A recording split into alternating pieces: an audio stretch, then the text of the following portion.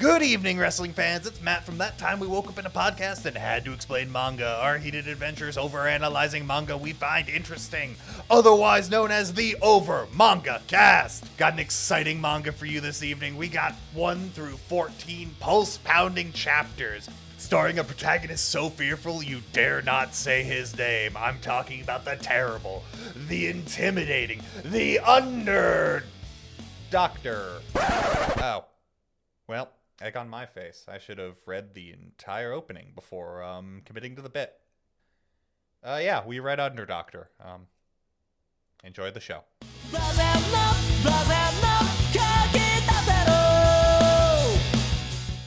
Hello, folks, and welcome back to the Over Manga Cast. My name is Sam, and as always, here on the top of the show, we talk about our familiarity with what it is we read this week.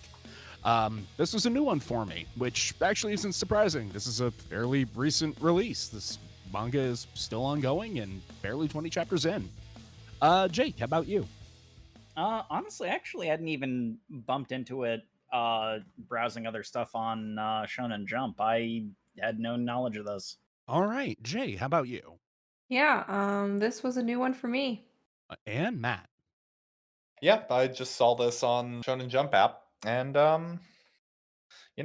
it was the exact number of chapters we needed. So It all worked out. With that out of the way, we get into the story. We open up with a plane flying through the night sky, and over the PA system, is there a doctor on board? A passenger has suffered a sudden illness. Is there any doctor on board? As we zoom in on the most main character ever. Yeah. He's got the hair, he's got funny glasses, he's got a very protagonisty outfit. He potentially has narcolepsy, so you know he is the protagonist because they got to have some kind of social quirk about them. he's covered in crosses. I got strong Alucard vibes. Like with his mannerisms and like the way he looks, he kind of felt like a Vosh the Stampede character dressing like a Death Note character, or not a Death Note, a Soul Eater character. Honestly, Oh. either of those. I get the Soul Eater, actually. That makes he's got some Death the Kid going on. Yeah, especially with the one bit of like lighter hair against otherwise dark hair. I will take your word for it. And I think Vash the Stampede is probably a good comparison, because that is very much I refer to this type of character as the overqualified protagonist. There are a couple of different terms you can use.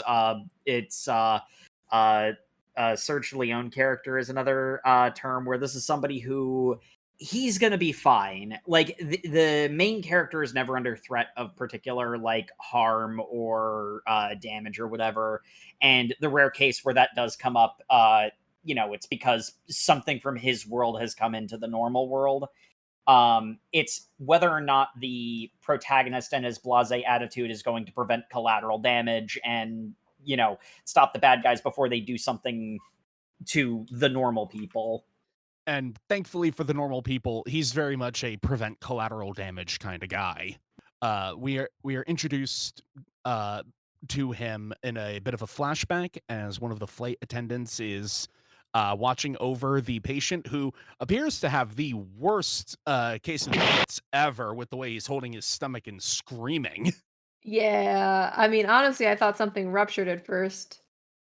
Right? Like, that's the way he's behaving. Yeah. But she flashes back to when the flight was still boarding, and she was suffering from a headache, when suddenly our main character comes running up, having fallen asleep and almost missed the flight. Thankfully, he got on. And as he is boarding, he immediately diagnoses the flight attendant's headache and prescribes to her a Hot bath and, being able to stretch out and relax. Girl, you've been working really hard. You're just really tense and need to relax. You're carrying way too much tension in your neck. It's putting pressure on your brain. Yeah. Same, girl. I think that's everybody these days. We also learned that he's got a a Saturday got morning cartoon villain ESPN. laugh. He goes, "Nyeh, nyeh, nyeh, nyeh, nyeh, nyeh, nyeh." Yeah. I might as well mention it now. It's sort of interesting. I don't know if I necessarily think this is a good or a bad thing, but the description of the manga on the Shonen Jump app notes that he is a former assassin turned doctor. Mhm. The I feel like closest it was we the other way around, kinda. Or eh, not the other way the around, but the go backstory ahead. that we get is kind of unclear, but they don't like even the only reason why I know that the backstory is his assassin training is because the beginning of the manga tells you, or the description of the manga tells you that. They don't really get into the stuff he did before he was a doctor. The way that I interpreted the backstory flashback was that he was a rebellious child who didn't want to go into the murdering people business and became a doctor instead. Yeah, Yeah. And his that, dad said, "That's pussy, boy." yeah. Honestly, the thing is that is really obviously what it is. The thing is, you could probably guess that it's the assassination business even without the description telling you, but the description preps you for the type of character that he is. You know, And then he's way too. Yeah, I it's noticed that too. Like, it's a little bit of an informed character trait as far as we read arc 1. You know, I'm sure this is going to develop more. It's just the reason I note it is because putting it in the description of the manga, it like that's sort of load bearing information for everything else. it's like, if you want to live, find him. If you don't want to die, stay away. It's like I was expecting much more like Mad Doctor, like bloodthirsty type. Well, I not even mean, necessarily that, but like Sakamoto Days is very clear about it's like this is a character who did bad things in the past and they talk about that. The manga seems to be trying to avoid the assassin side almost as just it's an excuse for him to be able to fight and have action scenes. The assassin side just seems to be a cop out to have like an understanding of why he's kind of involved in this darker underworld kind of behavior. Yeah. At least that was my interpretation. So, yeah, and I think going into this, I don't think there's any expectation that the target market for this would not associate him with Blackjack, the like Mhm. criminal doctor. yeah, who's Mm. also dashing. He's basically got the same hair. Is the Yeah, he only does. thing. Like he's got kind of like an afro going on, but otherwise like the shock of white amongst like the otherwise dark black is He's just very like black. blackjack coded. I So agree. like the idea that he is a criminal nefarious under doctor like is I think maybe the audience is expected to have a bit more of a reaction to but he's helping criminals. Meanwhile, I'm Yeah. reading this and I don't really care, but Yeah. I mean, This, this is joining the long line of recent manga where the world is entirely normal, except it's actually also the John Wick world full of superpowered shonen assassins. This has very big marriage toxin energy with the way the assassins Yes, work. I love Um, it. I love Marriage Toxin. As you know, it, go listen to the episode. yeah. stop this episode. Go listen to Marriage Toxin again. Listen to both episodes simultaneously. And then come back to this episode because we need the retention time, and so that you can understand all the ways I'm going to compare the two. Eject the cassette tape with this episode on it from your car. Put in a new cassette tape with the other episode on. Support us on the Patreon that we don't have in order to get the cassette tapes mailed to you. My Cassette God, could tapes you have better imagine? sound? Question mark. You guys really pushed back on recording our episodes onto cassette tapes for the Patreon, but it's paying dividends. See, the Got worst it. part is I could see one person with a special interest that would make it extremely financially viable. A cassette tape only has like It'd 30 be minutes of time on it, so side one. we need It's flip side it one, side over. two, tape B for each of our episodes. If you are that particular person, reach out to us at overmangacast@gmail.com. Yes, we need to set you up with our therapist because you need it. Anyway. We're not going to give you cassette tapes. We're going to give you an intervention. On cassette Anyway. tapes. It's very confusing. Anyway, back to the story. Oh, that's right. We were reading a manga. That's right. So, a doctor does happen to be on board. It's not our main character. It is a guy from an established like university in Tokyo, Dr. Ishiguro. He's this like old traditional like he's even got the white coat and the stethoscope on while he's flying. He And is That's how you know Dr. it's a doctor. TM. Dr. McDoctorman. And he's like, all right, well, based on your symptoms and what you're describing to me, you have some unspecified form of food poisoning, but I haven't eaten anything since this morning and it's the middle of the night. Yeah, that is weird, but that's what you're suffering from. So we're not too far into this flight, so we should probably turn around and get him to a hospital because something is clearly up. But no, I was trying to go home and see my daughter. And then Haiji shows up.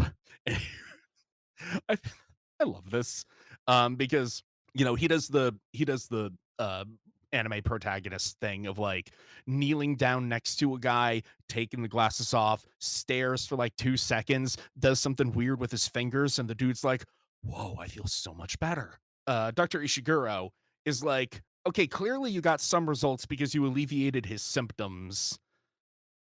What the hell did you do? Oh, you wouldn't believe me even if I told you. No, seriously, tell me. I need to know. What you did was miraculous. Well, you see, light. What? I'm gonna need you to explain slightly more. Yes.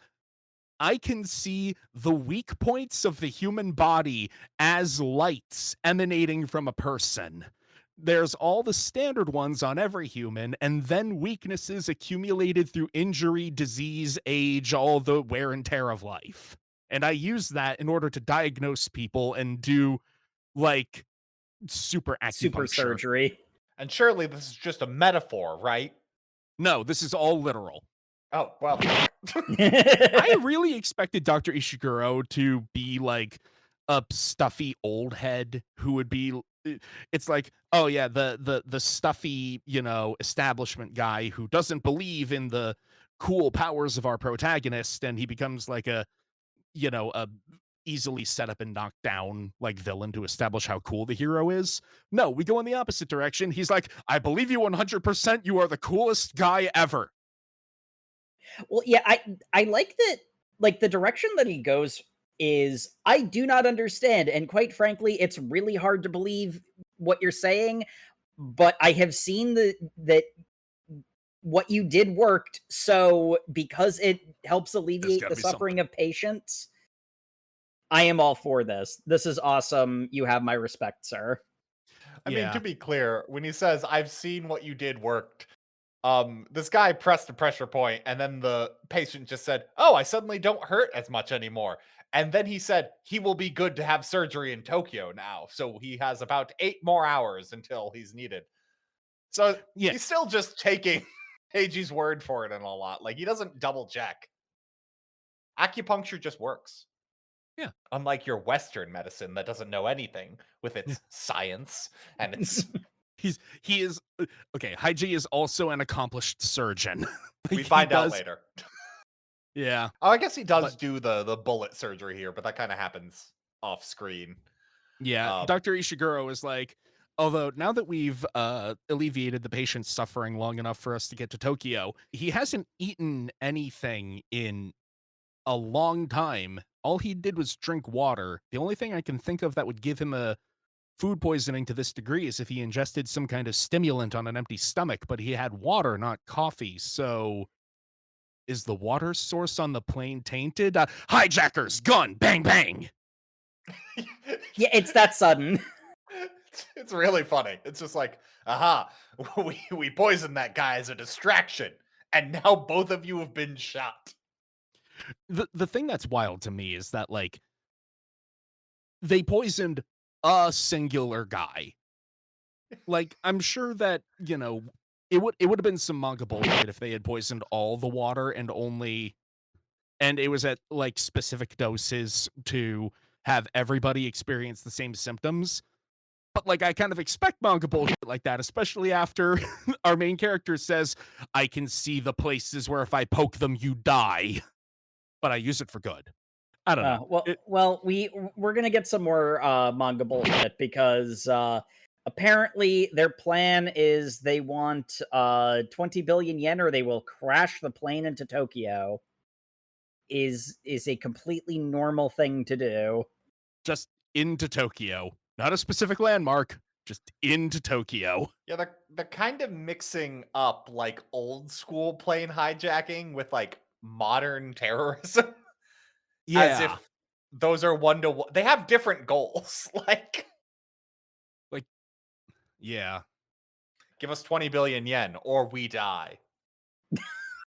I guess you die then. To be fair, their plan is to hop off with parachutes. So Yeah. So, and yeah. Okay, so we're taking the piss because it's funny, but it is, like, it makes enough sense for the plot that it's going for. This is very much a classic Shonen Jump where we are going to overanalyze because podcast name. We're going to overanalyze and we're going to poke a bunch of holes in it.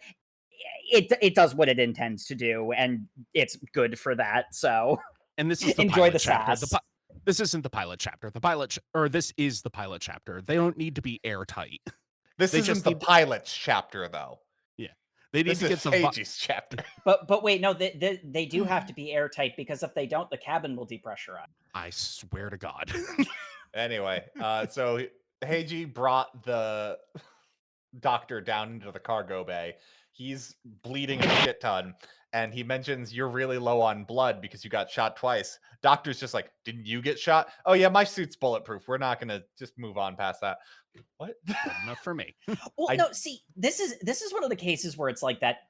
I thought that this would be setting up getting into like the assassin side of him because, like, again, read the description. It's like, bulletproof suit because he's an assassin. He still has his assassin gear. Like, he has variations on his assassin gear. But like, this is the closest it comes to doing that. This first chapter almost seems like it was originally meant to be. He hides as a doctor and for his assassination job, and maybe he feels bad about it. But it feels like they kind of just changed that.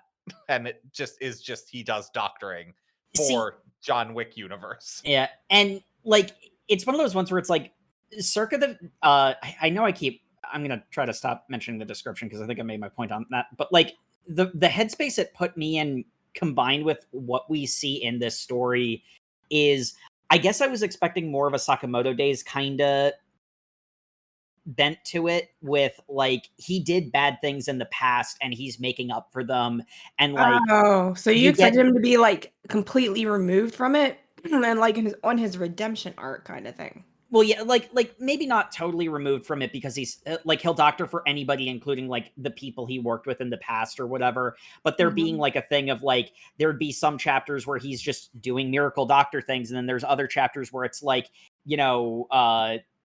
he has to like save a target that got away or something like that, and that ends up being some kind of conflict or whatever. It really, the whole assassin, like the whole him being involved in the assassin world side thing just seems to be an excuse to let him fight people, which I mean I'm fine with that, it's cool, but I don't know. I'm glad we got the surgery chapter midway through, because I was getting these first couple of chapters as him being a doctor was just an excuse to use pressure points. Yeah, it did feel like that.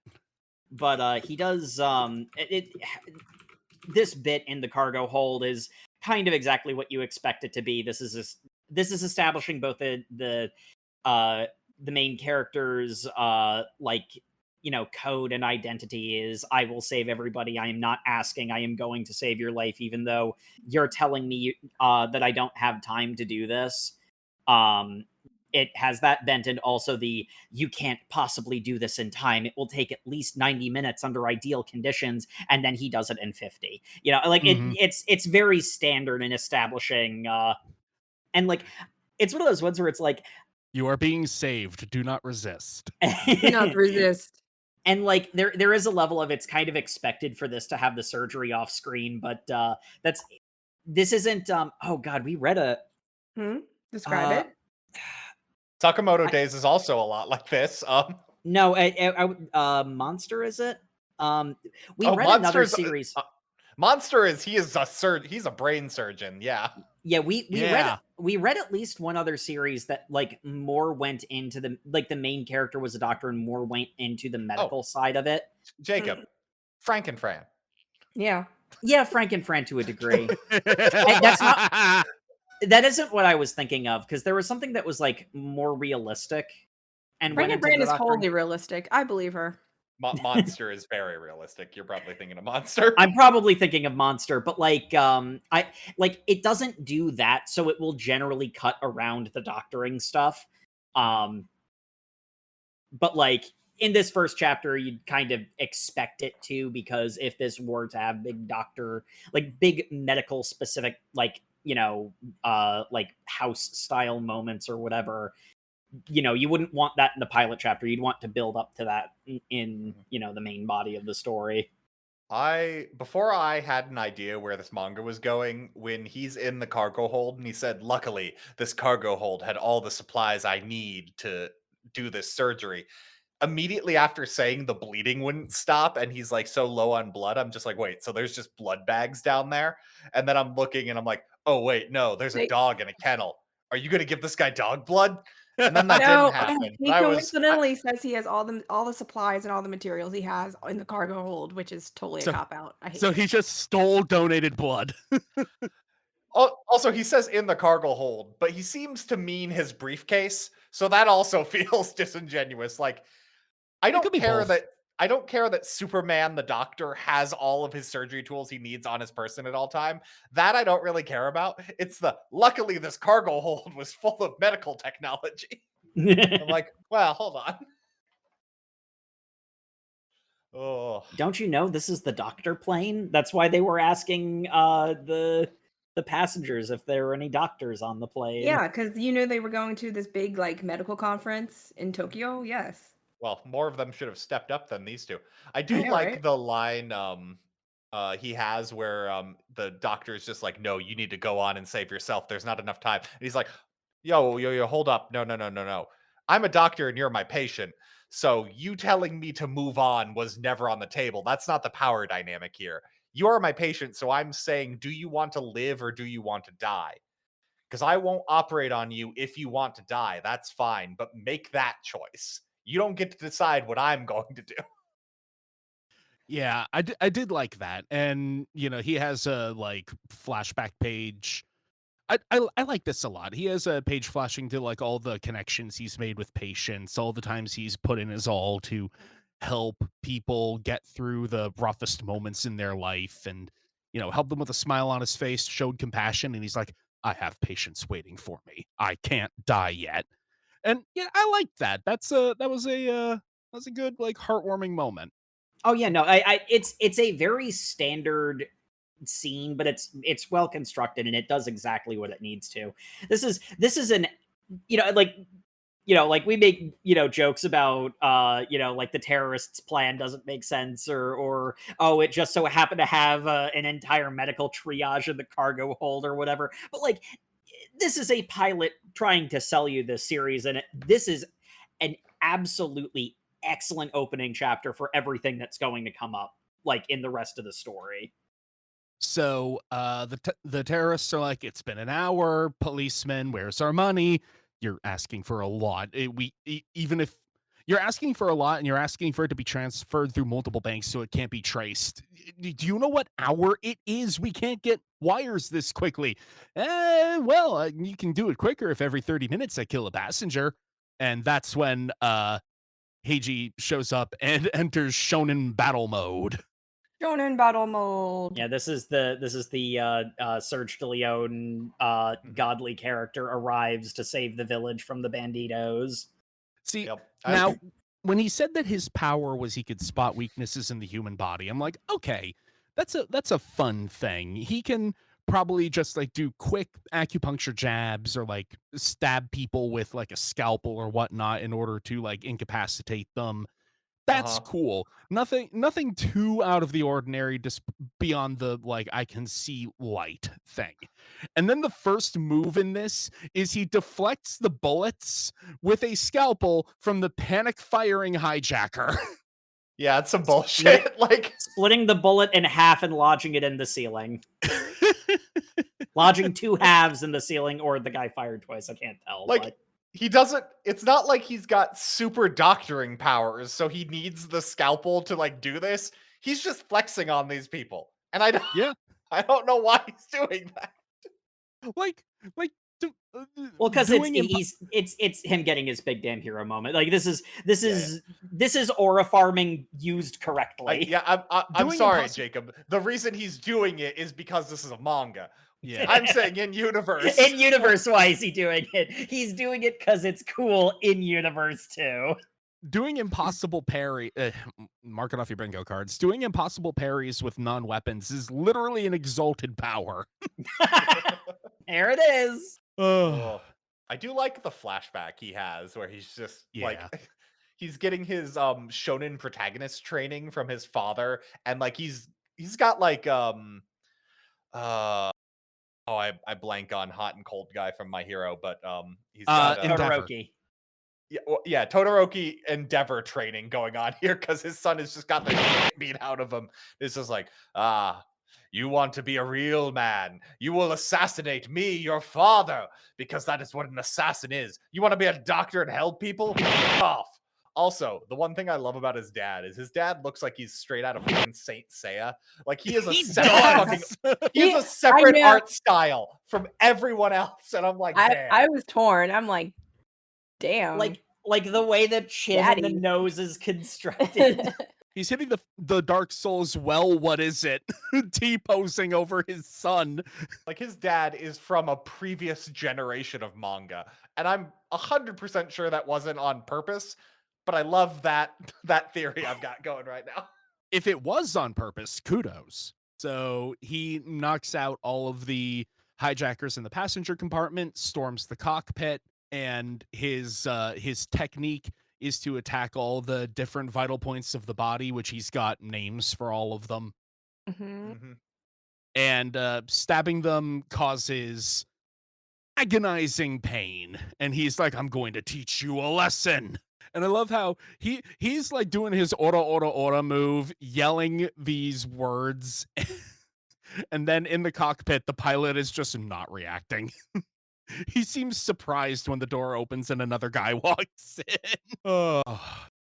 But like all good criminals on planes, after his business is done, Haiji leaves by taking a parachute and DB Coopering into the woods, whereupon he immediately passes out because the adrenaline's burned off and the narcolepsy's kicked back in. And that's his shonen protagonist goofy quirk. Yeah. Though, despite being asleep, unlike DB Cooper, he actually survived the landing. And we know this because the next chapter picks up exactly like it's sort of funny because the first chapter is very obviously a pilot chapter, but it also like it goes directly to him being in the tree. As the beginning of the next chapter, which is kind of funny. He talks through surgeries in his sleep. One-track mind. His brain does not turn off, folks. But he's picked up by his handler. Which sounds weird, but yes, he has a handler. They all do. Jay might stab me for this, but I'm going to call her Discount Rukia. You're not wrong. Oh, okay. Yay, I live another day. Ch.1, who has the exact relationship with Haiji that you expect. Yep. Mm-hmm.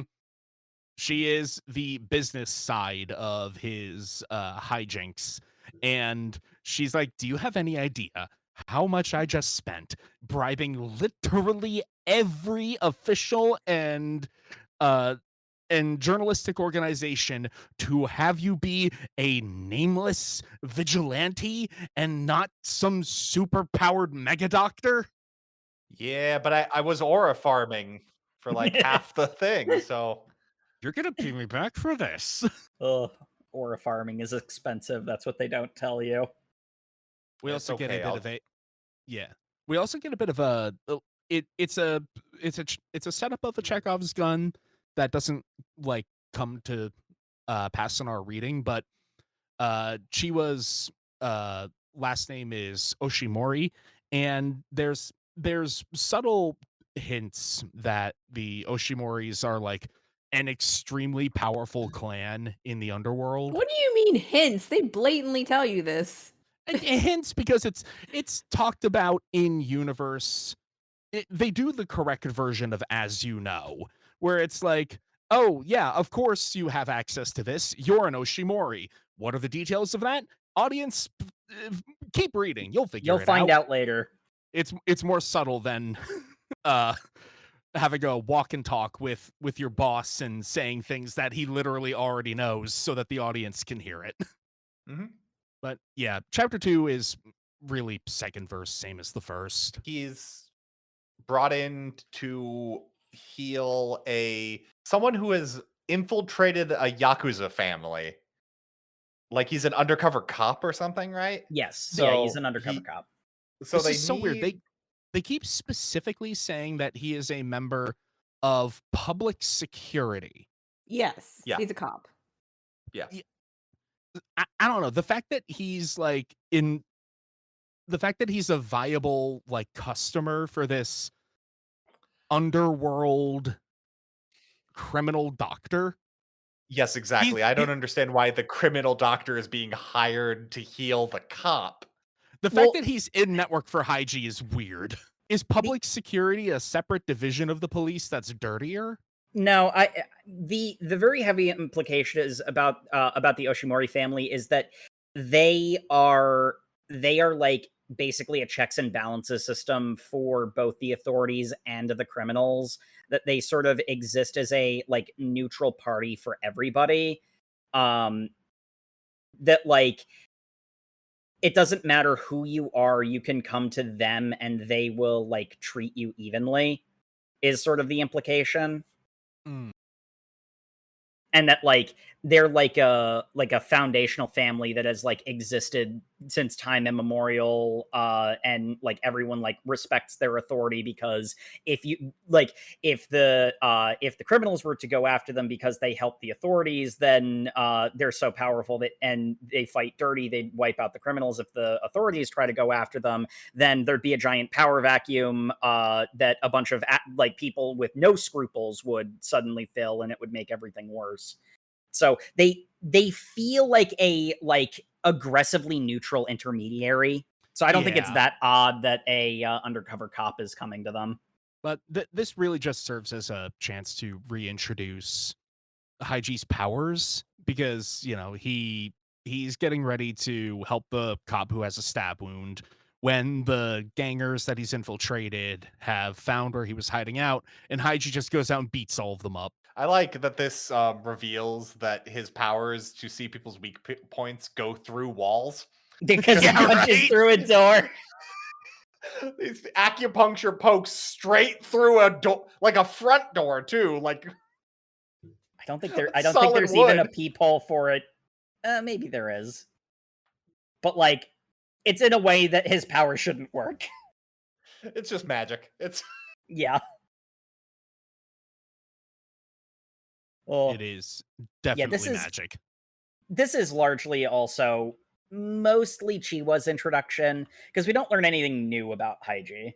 Sort of introducing both Chiwa and the sort of like space in which they all live in. The sort of they're in John Wick universe number 86. As one does. Before we start up our first true arc, we have a little more setup to do. Hygie uses his payment for all of his underground doctoring work to self-fund a research lab into rare and incurable diseases. They do a few pages about how it's like, yeah, typically stuff like this is funded by like a government, but nobody wants to give grant money for rare and incurable diseases, so I'm basically self-funding an entire government's worth of medical research. Yeah, and he has the I like his perspective because where he's coming from is like, yeah, it makes sense that you would do research on diseases that there is a higher chance of being able to permanently cure, and it makes perfect sense to deal with, like, address things that affect large numbers of people. But I am going to use my resources for something that affects smaller number of people, because just because it affects fewer people doesn't mean that their suffering is any less valid. I can Yeah. do this, so I shall. And like, it's very much his entire shtick is, I can do this. I can fix this problem, so I shall. Is Mhm. the type of protagonist he is. Yeah, and also he's got the also my childhood friend fell under one of these orphan sicknesses we call, and no one wants to help him out even though he's still in a coma. Isn't that a little selfish for your archetype of a character? Yeah, but fuck you, I do what I want. Oh, fair. Fair enough. Anyway, to set up our next job, we're being offered $1 billion. You speak Mandarin, right? Hard cut to China, which I did Of like. course. But of I just did course. like that as a little cinematic thing. You know they were going regardless, right? Yeah.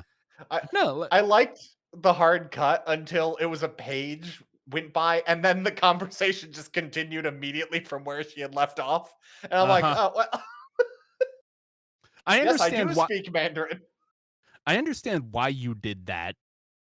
I don't know. I feel I like feel I feel like this the would work better in an anime setting than as a manga, because it's literally next page. yeah, this definitely feels more storyboard than manga in terms of like pacing.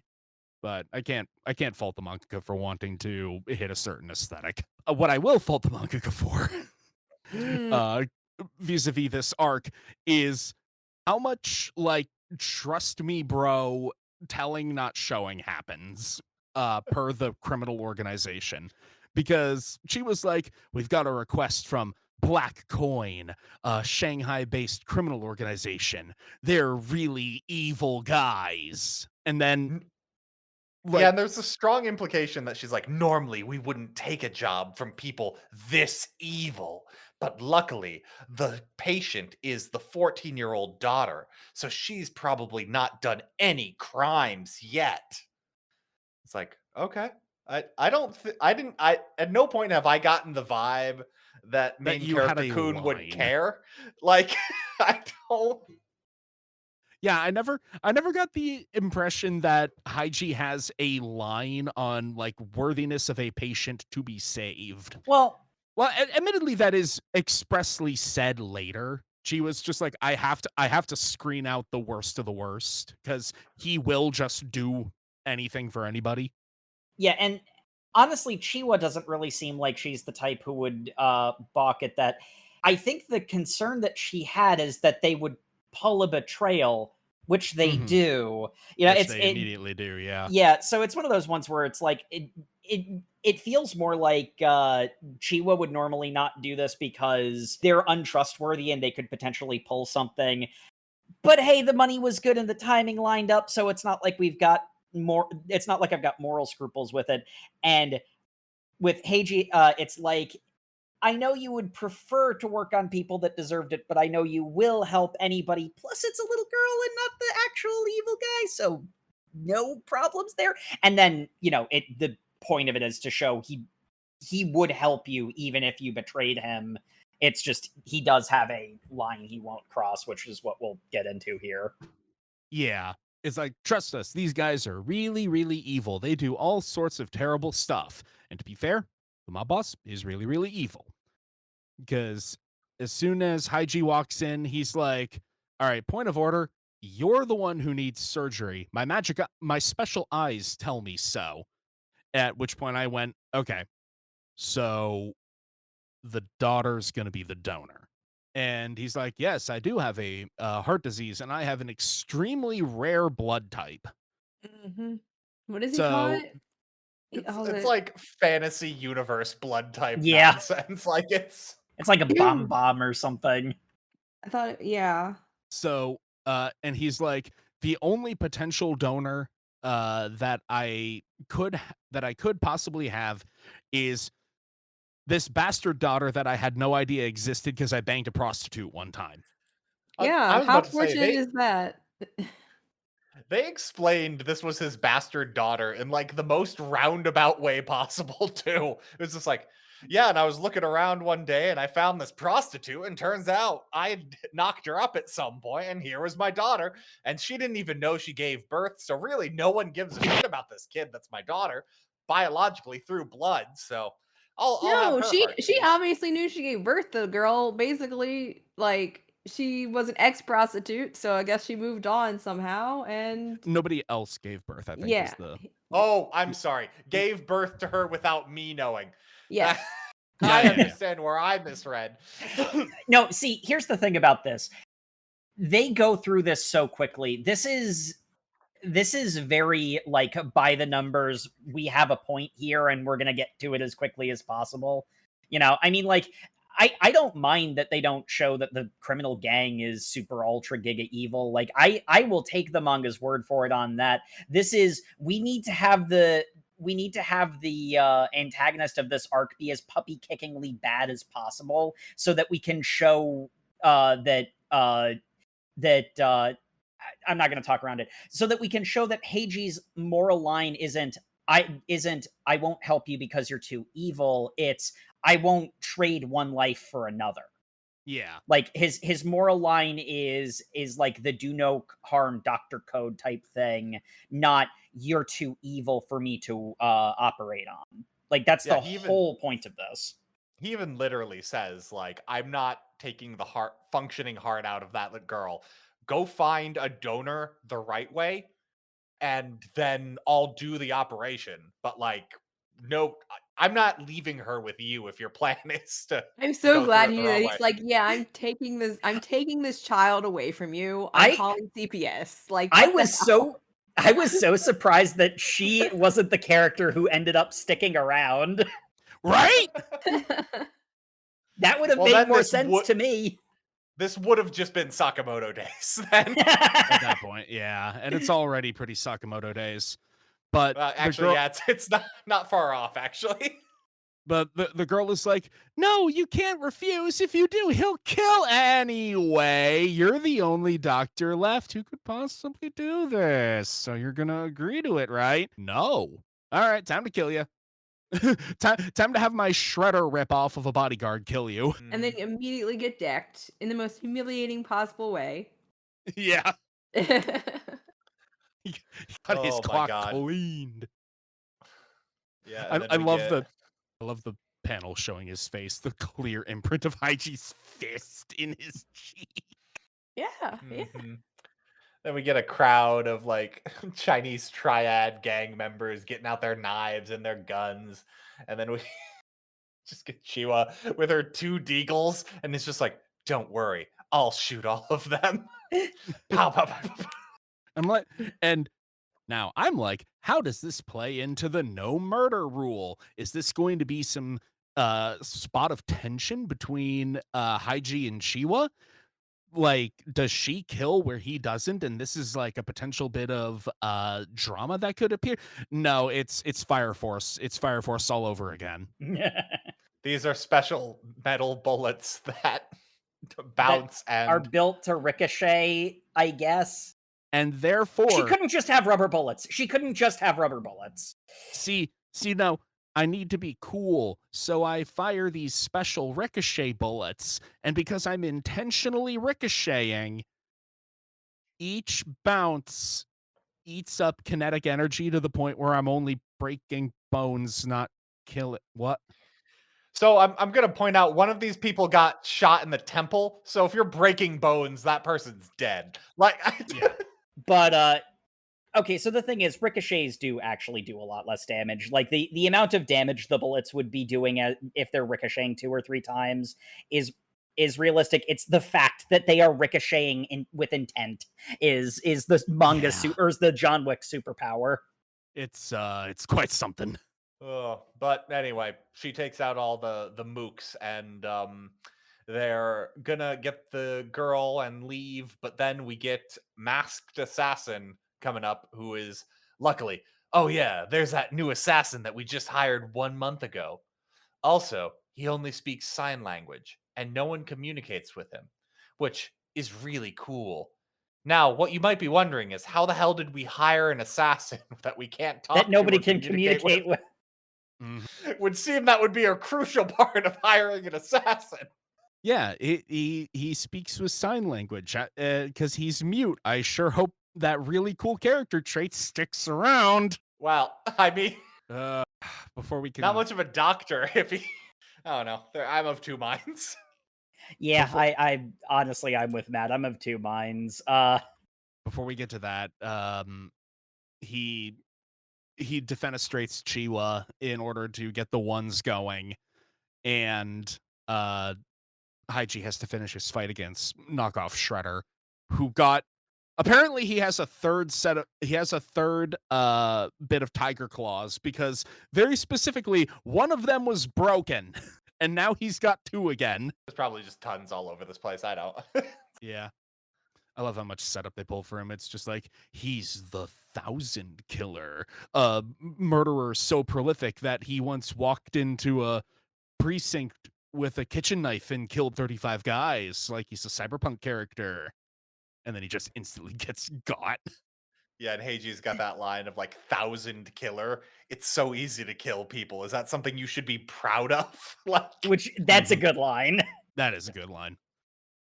I was expecting it to go even cheesier, and he's just like, "I've saved over 1,000 lives. Now that's something to be proud of." And I'm like, "No, that was unnecessary." That was like, that would have been good. that's putting a hat on a hat. Yeah. Here's the thing about that: leaving it at the end with just it's easy for humans to die. That actually takes it in both directions, where it's like, you've killed 1,000 people, I've killed tens of thousands and saved thousands. You're pathetic. Like like whichever, like, I'm a better assassin and a better doctor than you are an assassin. Yeah, it's like wow, how low rate are you that you're still keeping count? Like, Yeah. Yep. anyway, so he's about to fight new assassin who's got his hostage of his secretary or host Handler. handler. That's the word. His matchmaker. No, but turns out Heiji's good at everything, and he knows international sign language.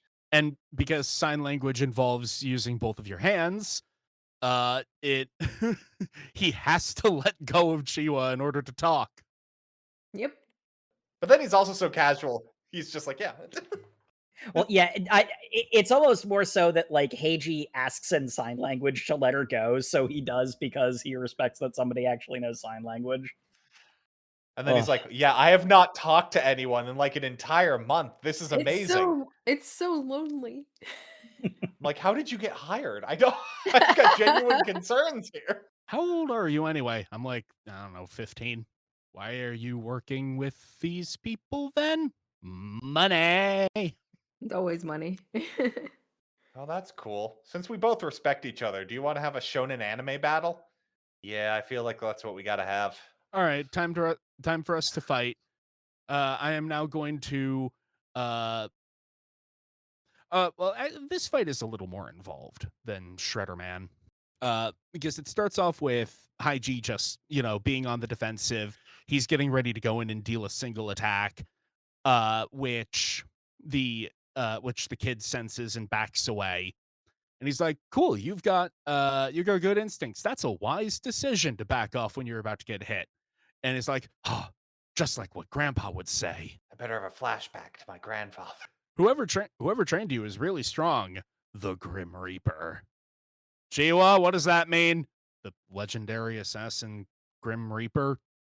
Like, literally, here's a flashback of him looking like a Shadowrun character. He's very famous. Oh yeah. Anyway, we get backstory flashback for have we gotten his name yet? No, but we do get it in this flashback, I think, because Old Man says it. No, it's not in this flashback, but the kid's name is Shuli. Yes. Shuli, that's what it is. So we get the classic, like, retired badass is really gruff and says, "Get out of here, you wastrel, you You little whippersnapper. Random orphan wandered into my home. I hate it when that happens. I hate kids so much and they're not worth anything to me. Well, better teach myself sign language so I can have meaningful conversations with him. Yeah. I'll feed you this one time. I never want to see your face again. Next page, he's immediately back getting more food. Once again, standard. Well done, but extremely standard. Yep. So he takes off his training weights like he's Rock Lee. Speaking of goddamn standard, forgive me, Master. I must go all out one time. Yep. I must break my promise to you of never killing. It's insane because like in old manga, this would be like a chapter. Each section of this would be a chapter apiece. This is all one chapter of like, yes, my old mentor, and now my training rates are off, and now you have earned my respect. On that fucking Demon Slayer pacing. Well, honestly. Well, I mean, Demon Slayer is taking itself seriously, and this is not. So I love the entire panel of him explaining why choking people out can kill them. I love the doctor explanation for that. If you put strong pressure on someone's neck, it prevents oxygen from getting to the brain. And while he's busy having this internal monologue, Haiji just pokes him in the neck. Choking people is bad. So I've been told. So he breaks the mask, pokes him a whole bunch, and he was able to cure his muteness with a poke. Yes. Okay. Which is actually why he's getting this shit beat out of him, is because Heiji's like diagnosing his not disease. It's like a psychotic or it's a psychosomatic. It's psychosomatic. Yeah. He's mute because it's a psychosomatic thing. Yeah. Yep. This is the thing that we were alluding to before. I'm of two minds about this. On the one hand, him being mute is an actually interesting and unique character dynamic, because like a lot of stuff that we've said, it's like I've been on repeat saying it's like, it's well done, it's bog standard, but it's well done. This would have been something actually kind of different and unique. Yeah. On the other hand, that's not really what Underdoctor is going for, so I understand why they took it the safe route. I don't know. It's also got the weird question that comes up of like, yes, he's the best doctor in the world. Why can he do nothing to help you? Like, yeah. And like normally you can be like, I don't know, the surgery is kind of like beyond what would be relevant or safe, but it's like, this guy's got superpowers. Like, like he's got magic doctor powers at this point. Now, like, I think it would have been cool if like Chun-Li chose to continue to stay mute even after like his if he started gaining his like, okay, he got his voice back, but like he needs to relearn how to talk or something like that. So that feels like kind of like the having the cake and eating it too side of it. But it's so weird because Haiji correctly diagnoses that it's that he's mute because of a past trauma. So, the acupressure thing I did will loosen up your atrophied vocal muscles. Okay, that I understand. Did he acupressure the dead mother trauma out of him? I think that's was what the head poke was supposed to be. Well, no, the trauma was tensing the muscles is the thing. So he forced the muscles to untense. So like the phantom pain goes away, kind of, is the idea there. Also, I do want to remind you, he canonically has magic eyesight, and I'm assuming acupuncture is magic in this universe. So maybe we can. I know. I just really liked the whole sign language thing. I felt it was a cool dynamic. It would have been fun to deal with it in any other way. Well, here's the magic thing. He still speaks sign language. You can't take that away from him. Actually, you probably could, but I poked him in the brain, and I made all of his muscle memory on how to speak sign language. Heiji's just like, now that I've cured your vocal cords, you no longer need your brain space wasted with that sign language. Lobotomized. What am I, a character in an RPG?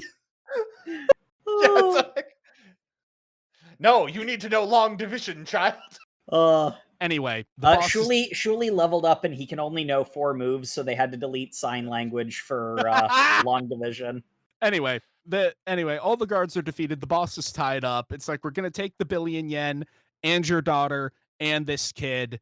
Try to be less of a piece of shit in your final days. Bye. Like literally everything gone.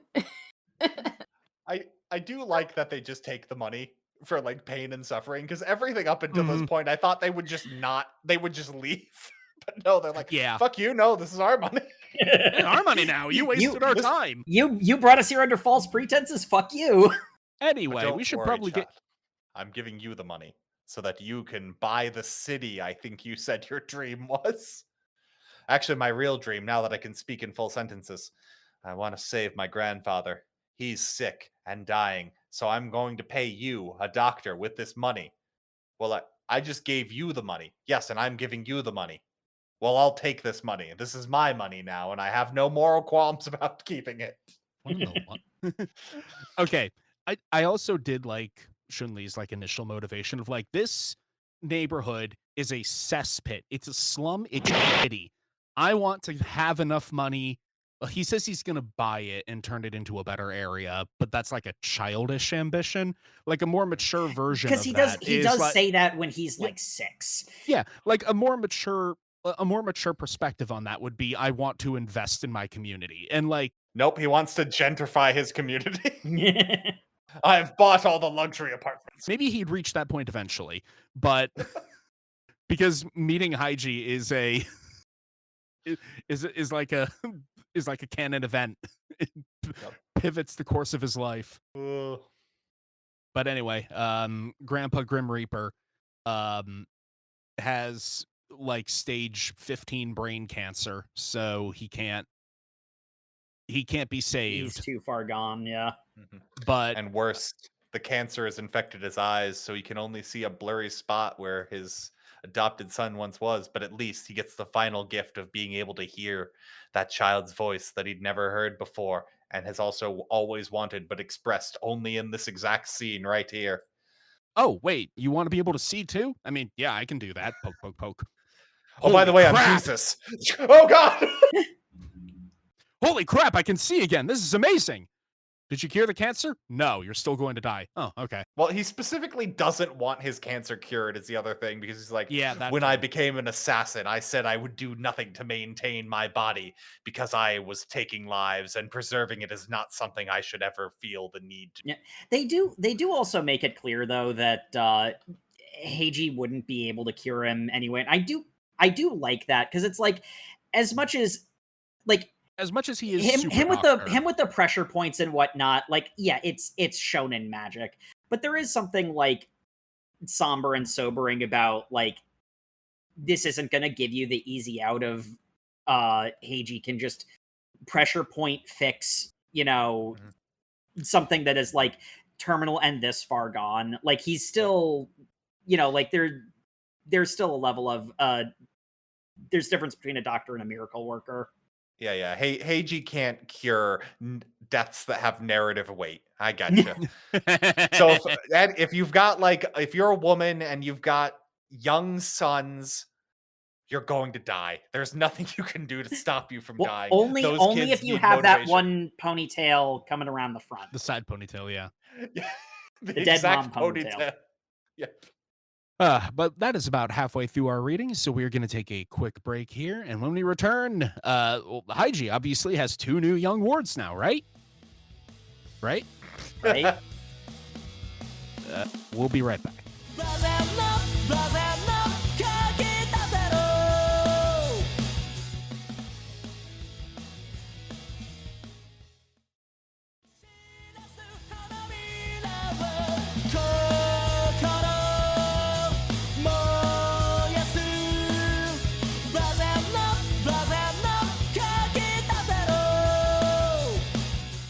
And welcome back to the show, folks, where last we left our heroes, such as they are.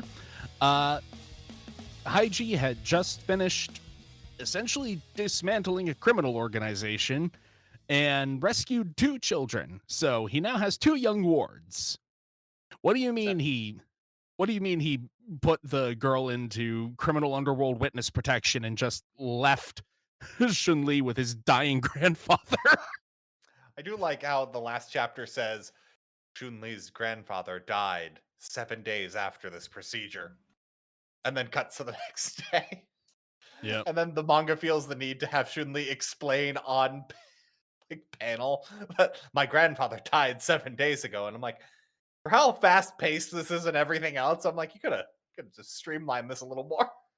It took me a week to get it took me a week to bury him and then get from Shanghai to Japan. By the way, I speak Japanese and English. And Weren't you English. mute? Weren't you an uneducated street rat? He's a linguist. I don't know what to tell you. I speak Japanese because everyone speaks Japanese. Yeah, it's just convenient. It's a plot device. It's like, of course I speak Japanese. What? Yeah. Everyone speaks common. Yeah. I mean, yeah, basically. This poor Chinese boy from the slums, of course he speaks Japanese, Mandarin, and of course English. And of course, this being a Japanese manga, the slums is all of China. All of Shanghai. So he shows up and he's like, all right, so here's the deal. Here's what happened. Dr. Haiji, make me your pupil. I want to be a doctor. And wow, Chiwa gets really heated about this. The manga does not need Shuli. I'm a little bit on Chiwa's side. She just gets so heated and she's like, you're just some dumb kid from the streets. Why would we ever? And Haiji has literal magic powers. And you're not even educated. There's so much stacked against you. Just fuck off. Get out of here. Also, to be fair, Shuli did hold her hostage. Like, yeah, that's also Yeah, fair. there is that too. And then Haiji, breaking all expectations for exactly 2 seconds, says, "Nah, I don't want a pupil. Have a good life later." But I really want to though. Fine, you passed out from trauma. We've got a job to do. Frickin' sleep on the couch. We'll leave a note. We'll be back at midnight. Slightly after midnight, they come back to a He royal wins them feast. over with food. Yeah. delicious, authentic Chinese food. A succulent Chinese meal. A succulent Chinese meal. Grandpa always and Haiji's like, well, they always say that that good health starts with a good diet, so you're basically a doctor already. Fine, you're my pupil. Here's all of the Here is a comedic stack of books. Here's Yes. all the educational stuff I've memorized. You need to study. You know, I was just gonna throw these out, so yeah, you can read them, I guess. So Once you like- understand all of this, you'll be my pupil. I like that this manga has no idea what it wants to do with Shuli either. So they're like, I don't know, he's got some cool like Chinese martial arts. He also cook real good. Maybe he can be a cooking doctor. I don't know. Is fighting Fudan still relevant? Maybe he can do that. or We all wish They fighting could Fudan have- was still relevant. or they could have had him just, like be a part of a like have a poignant ending in the previous chapter and move on and not have an ancillary character. But who's Jacob, we going to need him to disappear join the for- convenience store. the Sakamoto Days shadow, and it's a very big shadow because Sakamoto's in fat form right now. The Sakamoto Days shadow looming over Underdog. It doesn't help. Shuli has basically the same aesthetic except for those long, like The mutton long chop bangs. hair. Yeah, like mutton chop bangs. He's just ESP guy from Yeah, he really is. That's why I was convinced they were going to keep the little girl, because, I mean, if you're going to go that far... You might as well also keep the random Chinese princess. I mean, there's no reason to keep the little girl. Her character arc was, I don't want you to murder the doctors. Like, Yeah.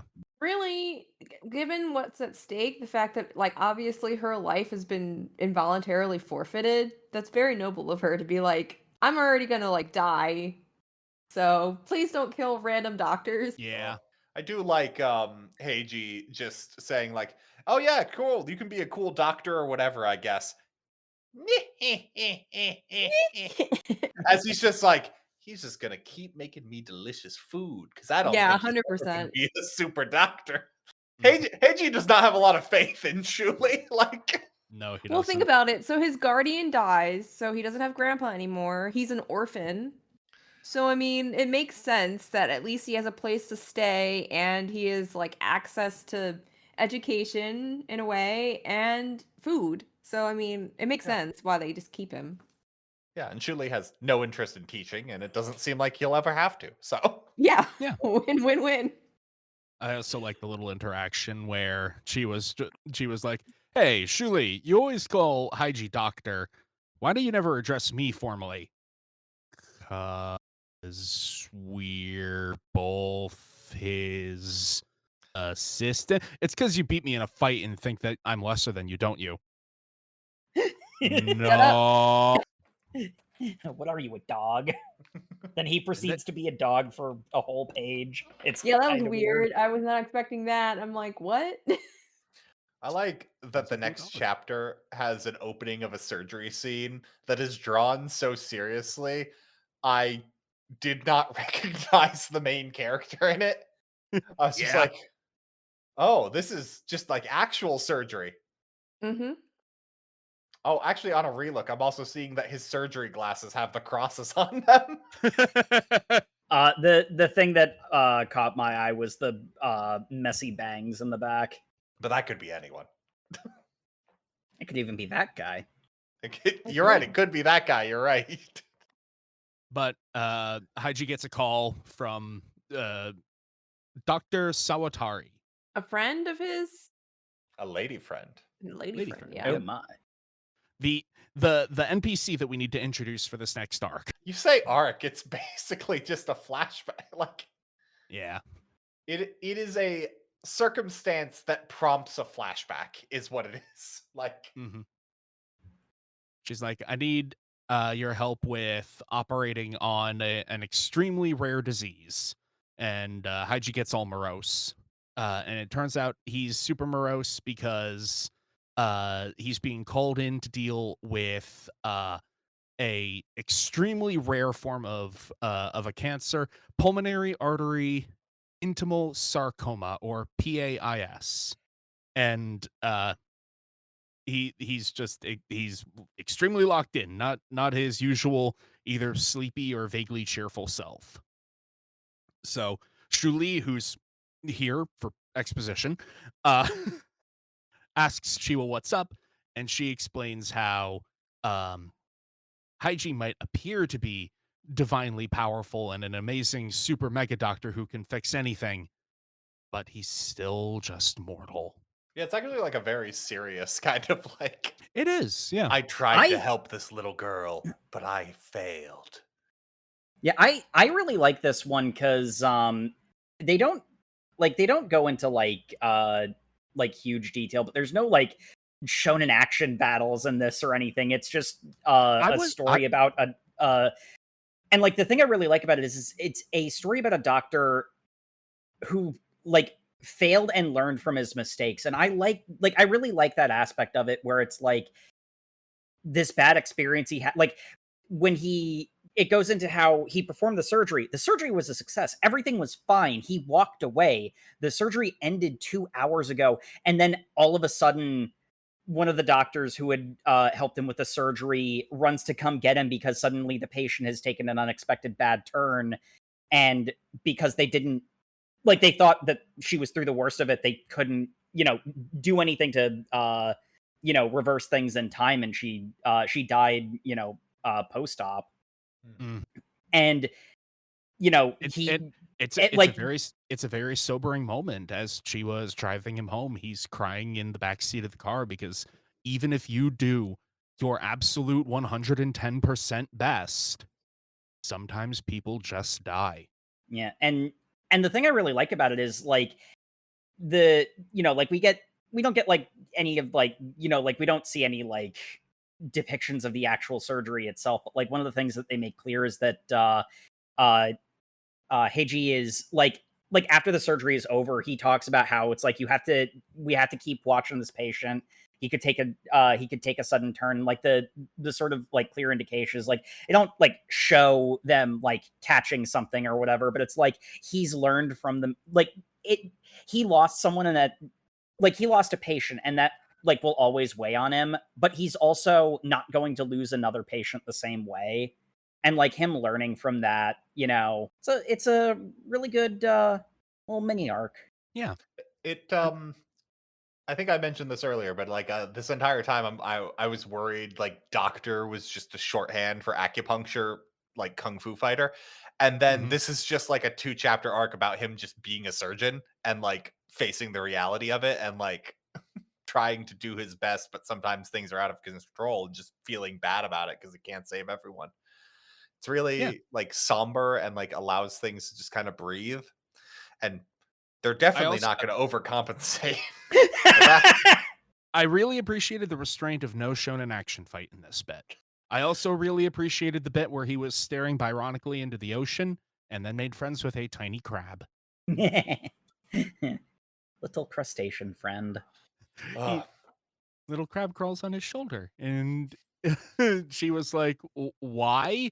It just climbed up on me while I was staring into the distance. Crabs bring good fortune. Here, let me return him to his family. You little crab going, welcome home. He's so cute. I love the crabs. Advance to crab. Yes. Yeah, this is a really nice little mini arc, and it ends with a shot of the gravestone of the family of the girl, like the collective family gravestone of the girl who died, and freshly burning incense stick because he went to go, visit her in memoriam. Again, this, much like Demon Slayer, this manga is very like cut to the bone efficient with its pacing.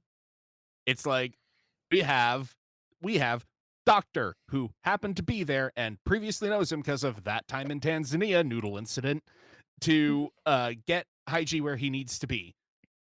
This reminds him of important backstory thing. Like, I can take the piss by just turning it into bullet points like that, but it is effectively done.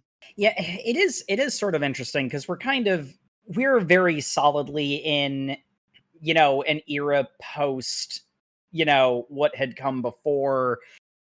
We know these tropes, we know these characters, we know these dynamics, and it's like this is far from the first one to be this breakneck, because like honestly everything on Shonen Jump right now is quick like this. And I mean, there are cases where I'd like to see a series like slow down and have the the pace of the like big 3 heyday shonen series. I think there's a place for that kind of story.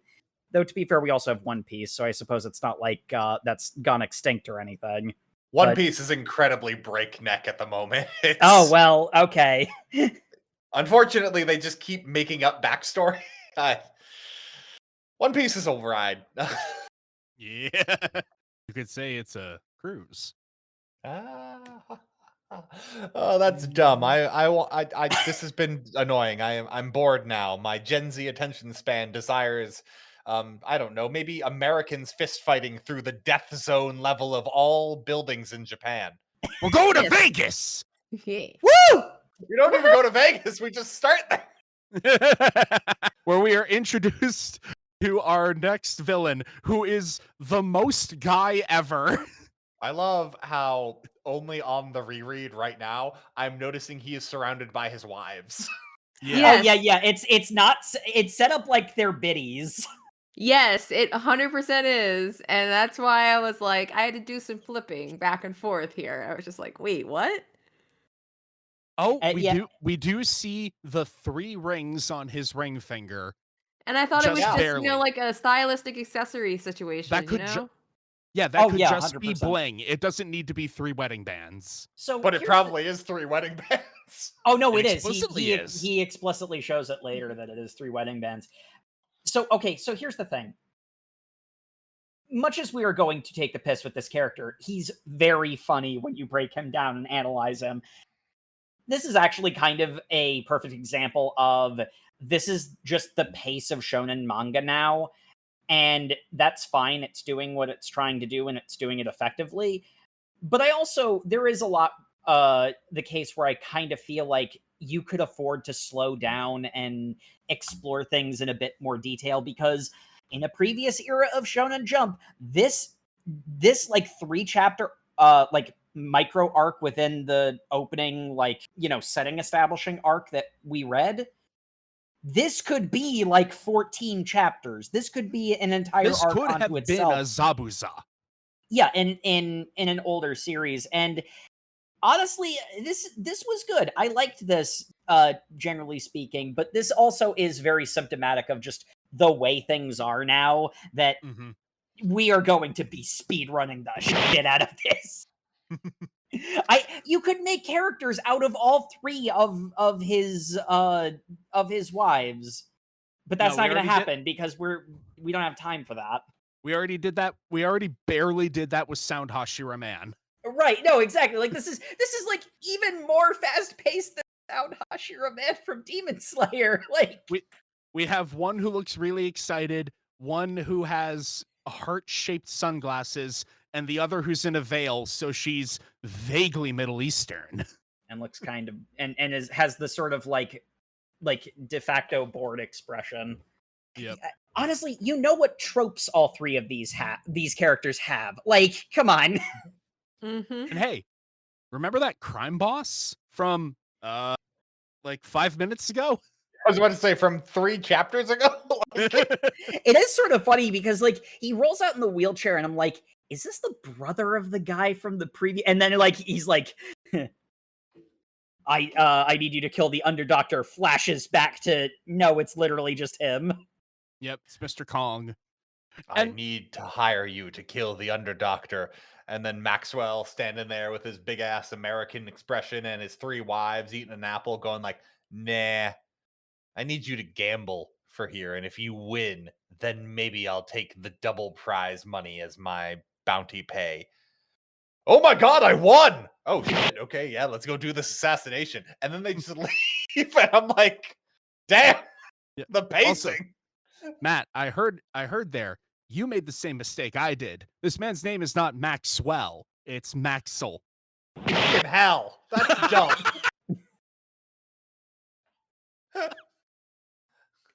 God damn it, that's so dumb.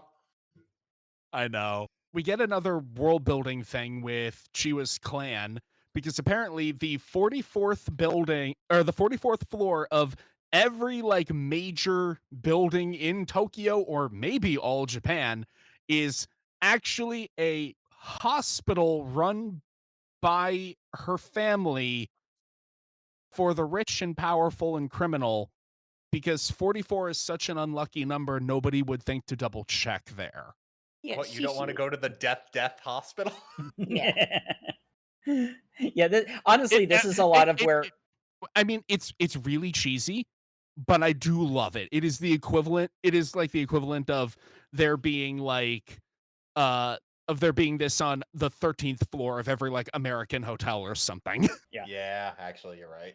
This is, yeah, and honestly, this is like, this space is actually kind of where I got a lot of my impression that Chiwa's family is like neutral ground for everybody on pain of death, because the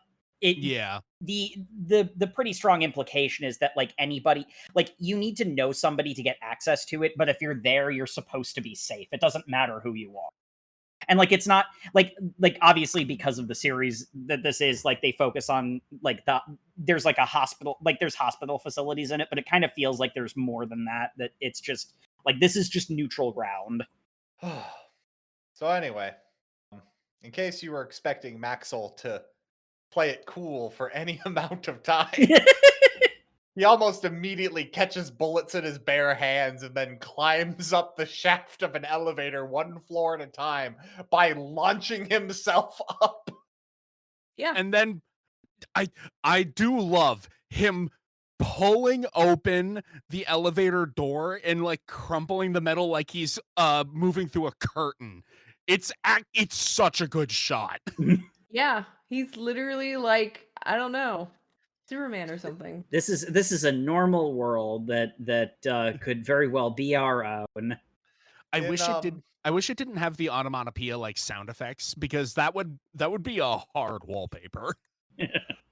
I we mentioned this in the pre-show, but the entire setup here is very like Father Anderson, Father Alexander versus Alucard Helsing. Like, Yeah, it is. just Dude just storms in and immediately starts throwing hands. this character is from a completely different manga power scaling wise. Like, we have not seen anyone rip steel with their bare hands.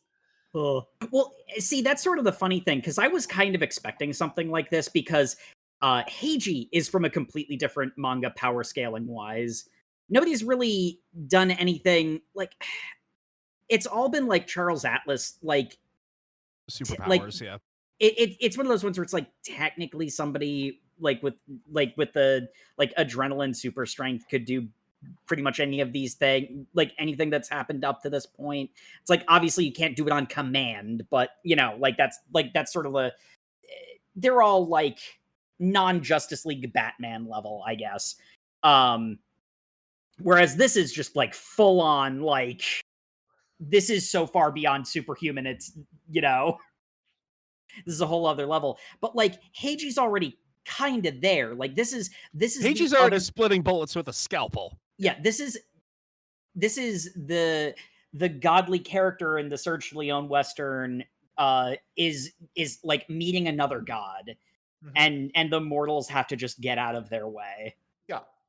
So they have a giant fist fight after Heiji politely tells his like patients that he's here for to stay in the room. As they have just this gods among men fist fight in the hallway.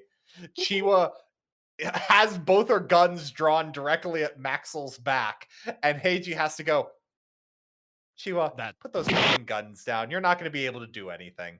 I don't even know why you tried. Just stay in the background as a side character. Come on.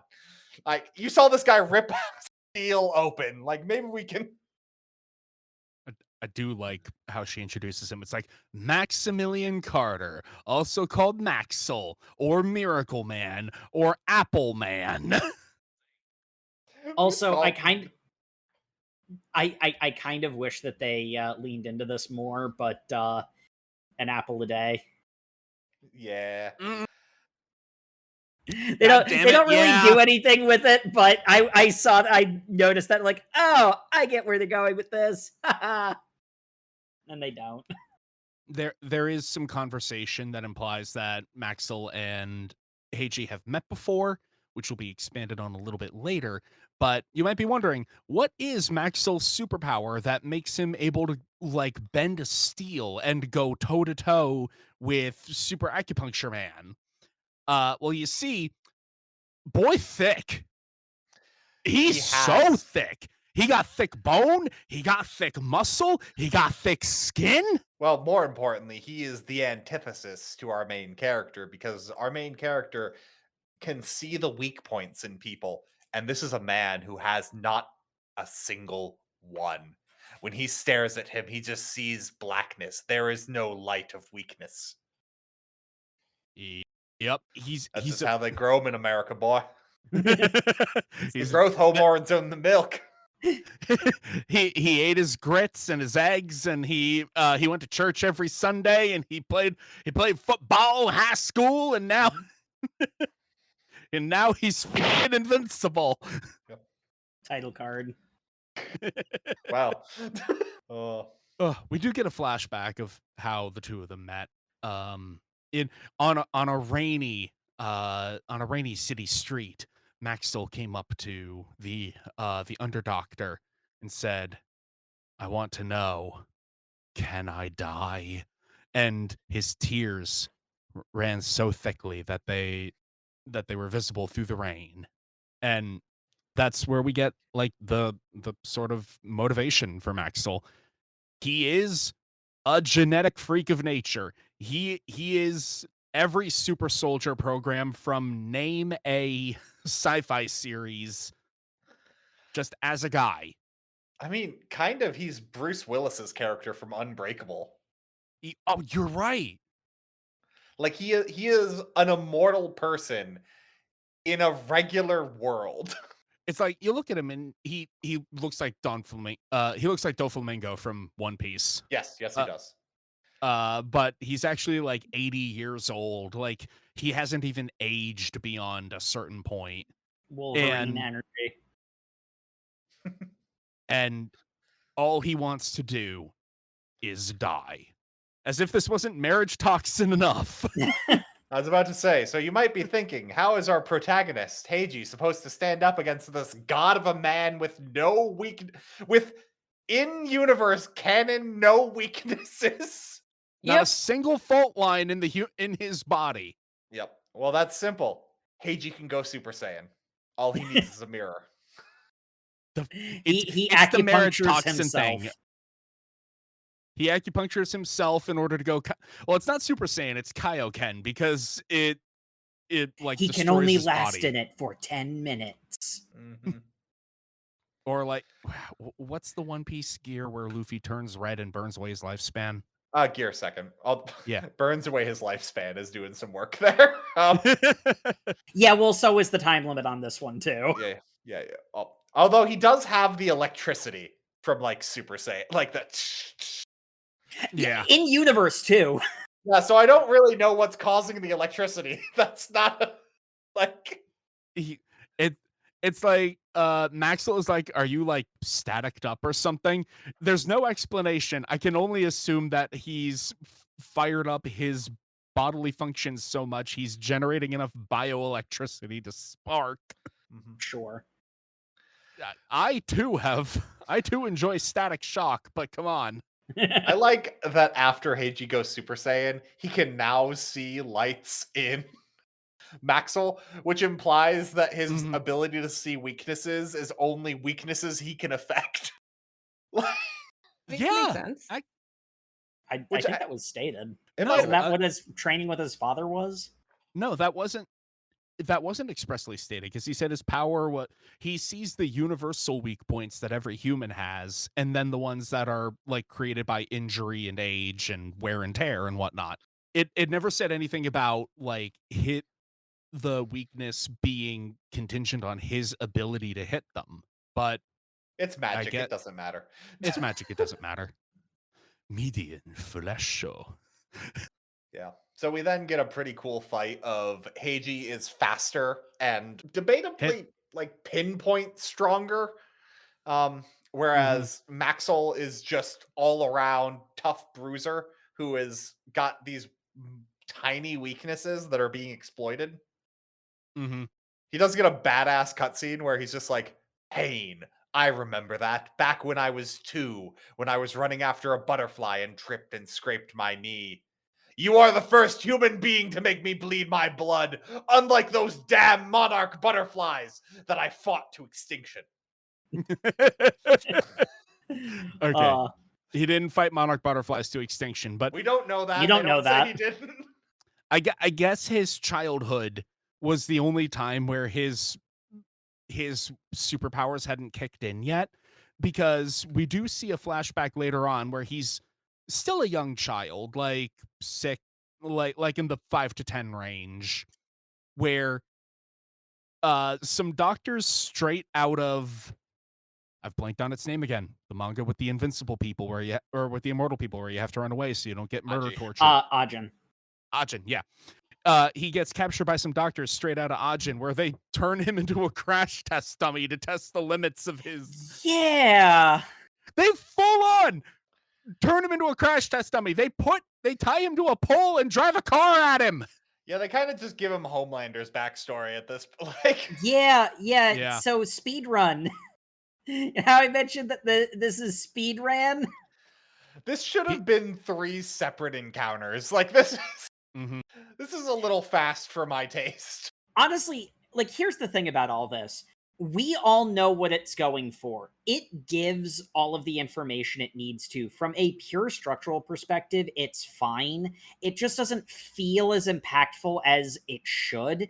Frankly, it doesn't feel as impactful as the quality should. Like it has the quality to have the impact. It just doesn't have the time. And it's very much relying on it's very much relying on the audience already has seen this kind of story a dozen times before, so there's an assumption, like, it has the vibe of fan fiction. Yeah. You already think- know what this is, so let's get to the good part. Yeah, I think narratively we hadn't gotten to the point that deserved his Kaioken, basically. So it just kind of comes up as, here's another fucking cool power I can use, and I'm like, cool? Like, hold on. Yeah. And also, apparently, Maxwell is Frieza because even in his final form, he's still only at 50% power. Yeah, I forgot the fact that he is consciously keeping his muscles compacted so that he looks like a normal ass human being. Yeah. So fucking dumb. So he unlocks more of his power, starts eating an apple, and then he's like, well, actually, because the leg has the highest condensed muscle mass of any limb, I just need to turn into Sanji and do some kick fighting while I eat this apple, and my legs are basically swords. My legs are katanas. It lives rent free in my head. Yep. Yeah, because I literally started to overthink that one little tidbit. Because I'm like, katana's legs? That sounds very inefficient. Yeah, they're not Dude, steel. you can they're bend steel with your blades. bare hands. Katana is a downgrade. No. See, That is a katanas metaphoric are- downgrade. That's like see- bad poetry. That's like comparing a sunrise to a Cheeto. No. See, bending steel is beneath the mighty and noble katana, don't you know? You're Oh right. my god, this doesn't need to be more Demon Slayer. What do you mean? This is prototypes by way of Demon Slayer. Like, But yeah, he can only be an overload for 10 minutes, otherwise he has a heart attack or something. I do love how he says, I don't know, I'll have a heart attack or my brain will fly or something. And I'm just looking at this going like, no, it's actually just going to make him more powerful when he goes over the time limit. Like, I don't. Like, Yeah. Yeah, this is a Garo. The time limit doesn't mean anything. So Haiji taps Maxwell on the head, which brings up his inner ear. earquake. because you can't do ear exercises to have really buff ears, despite the fact this man is constantly condensing his muscle mass. I don't Yeah. think normal science works at this point, but Normal science works when the manga says it works. yep. But we get our final chapter of our reading, the denouement of this fight, where Maxwell is defeated, but you know, he's a determinator guy, so he gets up to continue to fight, but his inner ear is fucked up, so he can't walk correctly and falls out of the windows. And he's like, maybe falling 44 floors will actually kill me. Anyway, my he's like, yes, my 3 wives. I'm sorry that I must die now. And he says their names: Lily, Rose, Patricia. You couldn't even Rose, consistently the all other have one. flower names. Come on. And yes, the vaguely Middle Eastern one is Patricia. Yes, obviously. It was racist of you to assume otherwise. Yeah, Sam. Whoa. Whoa. But Haiji can't bear to see somebody die, so he catches him and throws him back onto the ledge. But because this dude is like 15 men worth of muscle mass, he overbalances Haiji and Haiji falls. So he dives down to save Haiji. Yeah. Because with his super mega dense fingers, he's able to like Claw into the side of the building. kill This enough is- momentum that they can jump off and he can cushion the fall, landing on a nearby rooftop. This is the most shonen scene I have seen in a long ass time of like, well, hold on. Both characters are fan favorites, so we can't have one just save the other. They've got to both save each other in the most convoluted way possible. Yep. And I don't know, just something about him diving down, catching Haiji, clawing at the wall, and then cushioning the blow on a nearby building. It felt it gave me the same like emotional response as that one scene in Sakamoto Days where Sakamoto kicks the guy so hard that he crashes into a carriage on a Ferris wheel and they both sit there in the Ferris wheel. Mhm. They both just take a second to just bask in the insanity of what the fuck they're doing right now. Like, Yep. Boy, it's only Tuesday. yeah. We get more Homelander flashbacks. Like literally just Homelander's backstory. It's kind of insane. Like, Mm. well, I'm sorry, no, it's Bruce Willis's character from Unbreakable and Homeland, like that transitions into Homelander's backstory. Yep. Ugh. The most American backstory possible, you could say. And Oh. he's like, well, I can't change the way I've lived for the last 80 years. I'm just a murderer. And, when we met that one time on that rainy day, you said that I should try living for other people, which is why I got married 3 times to 3 different beautiful women. But it didn't make the pain go away. I never said it would make the pain go away. What? People? Okay, I need to point this out to you, Maxwell. Your suffering is not special. Literally everybody alive is suffering from something. It's continuing to live life even while dealing with the pain. That's the power. That's the strong thing. That's what it means to be human. Mm-hmm. I mean, granted, he has different type of problems currently, because I mean, his problem is he's viewed as a lab rat. Well, his problem is he's got 3 wives. Am I right, guys? Not to get too much on my soapbox here at the end of the episode. Suicide is the coward's way out. But it is. I do kind of like, Haiji just getting down to the brass tacks of like, yeah, life is pain. Everybody deals with pain. So deal with it. You are special because of your like weird freak of nature body, but you're not special by being a human who feels pain. Yeah, there's sort of like 2 main points that this gets at. And I would say, again, not to beat the dead horse or anything, but it's like, this is effective. It does a good job of conveying this idea. I just wish there was more of it because it would have landed harder. Like, it lands, it would have landed harder if it had been given more room to breathe. But the 2 sort of salient points here are, like, when it comes to his specific issue, eternal life is only a curse if you have nothing to live for. And that synthesizes with the other point of, don't play the suffering Olympics. Your suffering is unique and it matters, but everyone suffers. Comparing that and standing on that and like making that your entire identity is not good. So you have something to live for. You shouldn't want to die. Yeah, especially when that something to live for is calling home your 3 beautiful wives who are making your favorite meal for dinner, and then apple curry, and then start nagging you that you're not allowed to die until they're all old and wrinkly and have all died themselves.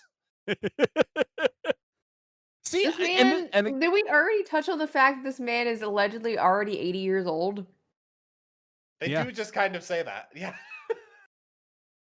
So it's implied that his body is impervious to all injury, including old age. He cannot age. Yeah. But luckily, he found these 3 beautiful wives within the past 3 years. And, like, is it like D&D monks where you don't suffer from the malady of aging, but you will still just drop dead one day when your time is up? I don't know. Like, basically, he scanned his entire body, right? And there's no weak point. Like, there's no degradation at all. His body's not degrading. He's not aging. Honestly, the thing that I find the funniest of all, and like, this is one of those ones where it's like, there's a bit of a like dry, subtle comedy to Underdoctor. So I am relatively certain that this is entirely on purpose. But there's a level of, you see him surrounded by a bunch of biddies in the beginning, and there's no context of like who they are. Then later on, he mentions that he's actually 80 years old. He just doesn't visibly age because of his weird freak of nature body. Then later, he says, "Doctor, you told me to find someone to live for. I did that," showing 3 wedding rings. So it's like, the implication... I married 3 women. No, the implication is he married someone, they died, married somebody else, they died, married somebody else, they died. So because everyone he has tried to and found love, but they died on him and he can't die. So that even like reinforces the fact that the three women from the beginning are just like frivolous hookups because he's given up on like the sort of like deeper joys of life because, you know, and then he calls home and the three biddies are actually the three currently living wives. It's all these three women he met in the past 3 years. Yep.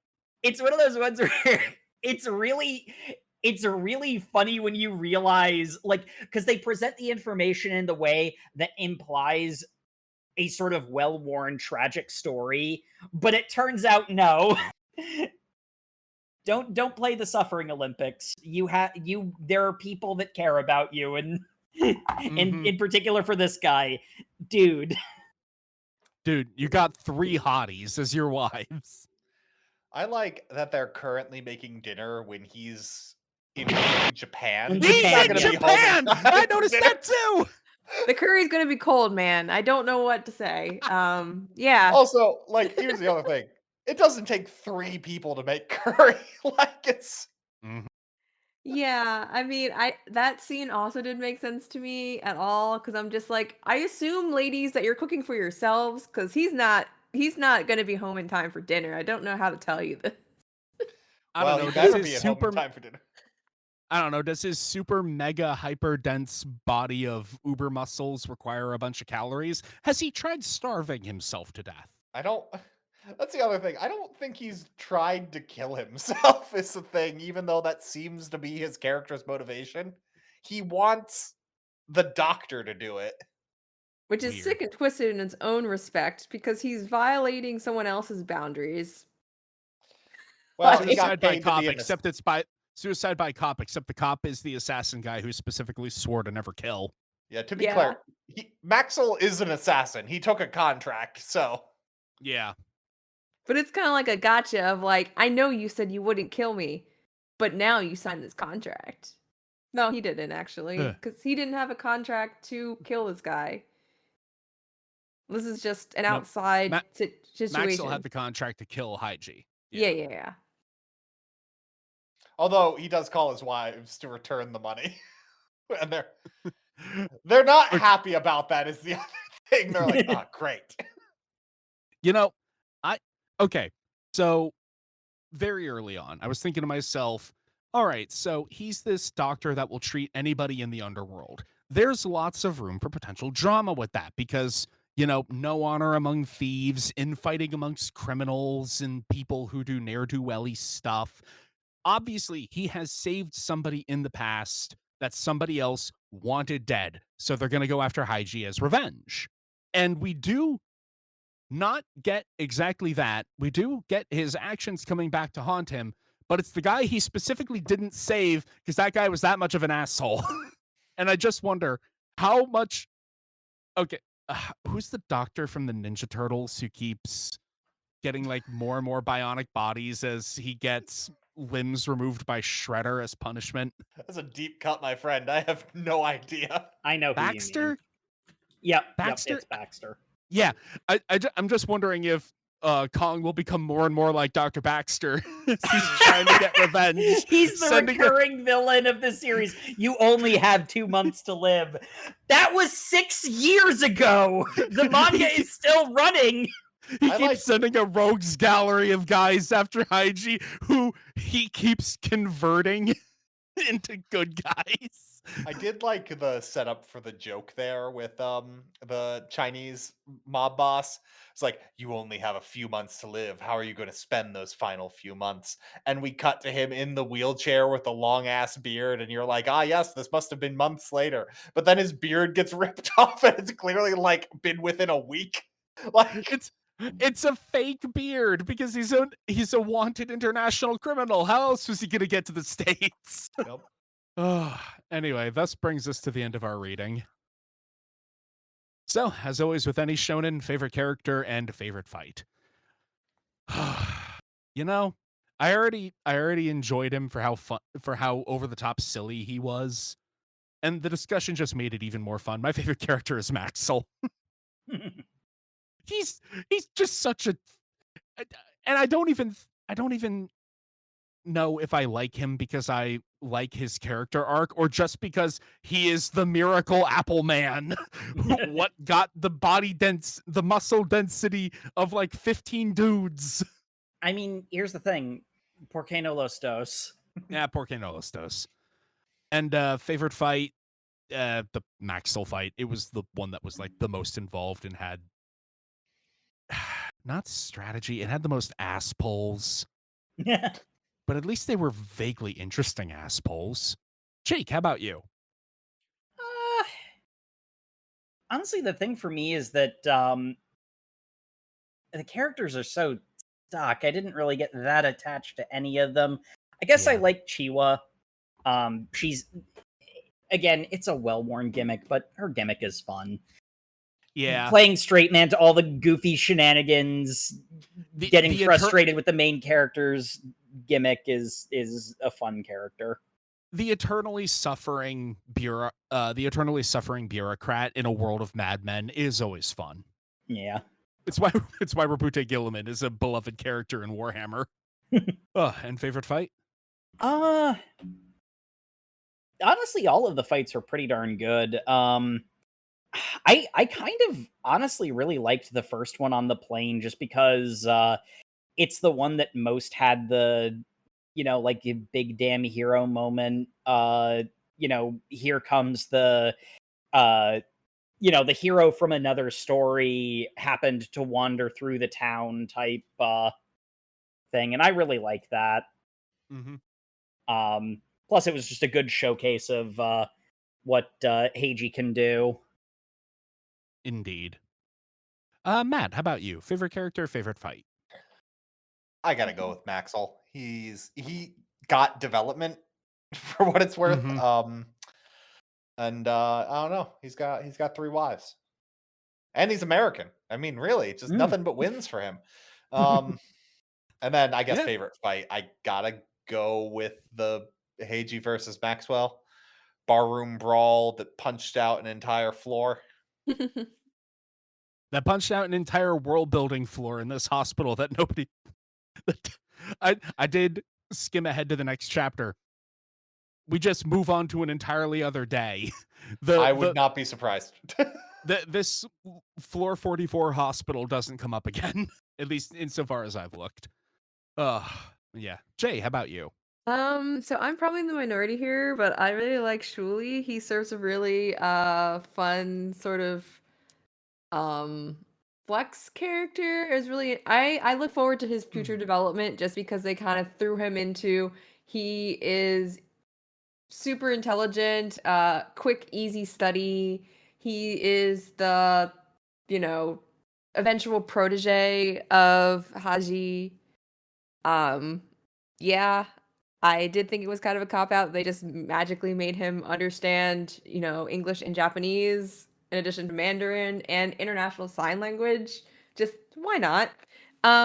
Favorite fight, I would say while I did enjoy the Maxell fight, I would have to say I kind of also enjoyed the tension of the hijacking.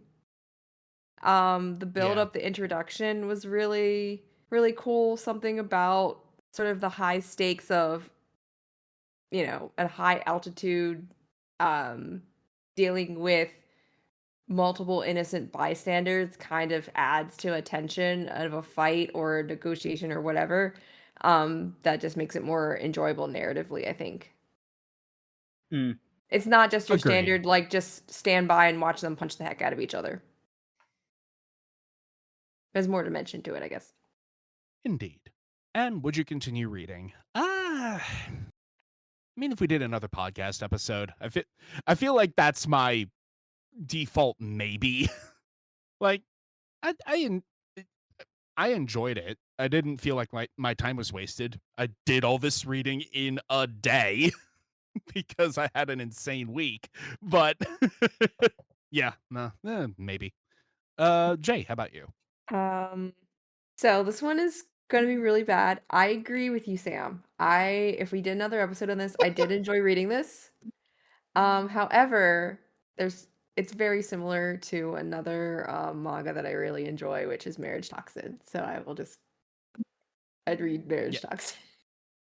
This is not a 2 cakes situation. This is I've already got the 1 cake and I'm happy with it. Yeah. Yeah. Matt, how about you? This is gonna be no for me, dog. This was fun. I love my overpowered Americans, but like I think we picked up on it. The pacing is just so fast, and I don't really care about any of these characters beyond the tropes they are. And then like the tropes already exist. Like Well, I mean, that's why they're Yeah. tropes, right? there is nothing I have read in what I've read so far that leads me to believe I should read this manga over any other. And like I don't know. I wouldn't say it's as bad as Kagurabachi, but it's pretty close to me. I mean, when you set the bar that low. Yeah. The lowest of the low, really. I wouldn't dare. I enjoyed reading this, so I wouldn't say it's anywhere close to Kagurabachi. The anime is upcoming. We're going to need to do another episode, and then the bit will be truly tested. We'll have to watch we'll just watch the anime and be like, I don't know, it's pretty mid. That'll be Okay, that being the whole No Read November, though? Ooh, maybe. Yes. Stay tuned to find out, listeners. Anyway, Jacob, would you continue reading this thing that we read this week? Sound the universe collapse alarm. I agree with Matt. I mean, God damn it, Jacob, we had opposite opinions in the episode. How? I mean, here's the thing. I enjoyed all of the parts of this, and like it's one of those ones where like from a purely like mechanical writing perspective, it conveyed all the information it needed to. It was clear what it was going for. It executed on that vision. But I think Matt kind of, for me, hit on the big problem I have with it is, why would I read this over other things? My immediate thought is, I would rather finish Sakamoto Days. Like, it's one of those ones where it's like, if I had the time to like read through all of Sakamoto Days and still wanted more, this would be at the top of my list. But it's like, there's Sakamoto Days, there's Marriage Toxin, there's Spy X Family, there's a whole bunch of other stuff that I actually have been reading on my own that hasn't been on the podcast. I just, like, this is one of those ones where it's like, I know I don't have the time for it. You know? Yeah. It's good. It's genuinely good. And, you know, like, if somebody picked this as the thing that fills the slot of the tropes that it is, I would say, hey, you got good taste. You made a good pick. But if someone said that they didn't give a shit about it because something else filled that niche, I'd agree with them, because that's kind of where I am at. So, yeah. All right. And with that, thank you everybody once again for tuning into the Over Manga Cast. As always, you can find us on all of your social medias where we are at Over Manga Cast. You can also find us on YouTube where you can like, comment, and subscribe. We also have overmangacast.com that has a comment section as well. Tell us what you think. Hey, tell us what fills the underdoctor shaped trope in your heart. Maybe we'll read that one. And as always, we appreciate reviews in any and all forums. Go ahead, reach out to us wherever you can rate a podcast, do it. Or, just send us an email, overmangacast@gmail.com. We love recommendations. We love hearing what you think. We love lots of things that aren't particularly this manga. Speaking of things that aren't this manga, I guess is my segue here. Sam, what are we reading next time? Because I believe we have a eagle-shaped hole in our hearts that we need to fill. We do have an eagle-shaped hole in our hearts, so we're going to fill it with another winged creature. Another winged avian. We're reading Billy Bat, chapters 1 through 27. There's something about JFK in here. I don't know. Anyway, keep up with the show if you're reading. Read that if you're keeping up with the show, and we'll see you in 2 Thursdays. Good night, everybody. Good night, everybody. Good night. Good night.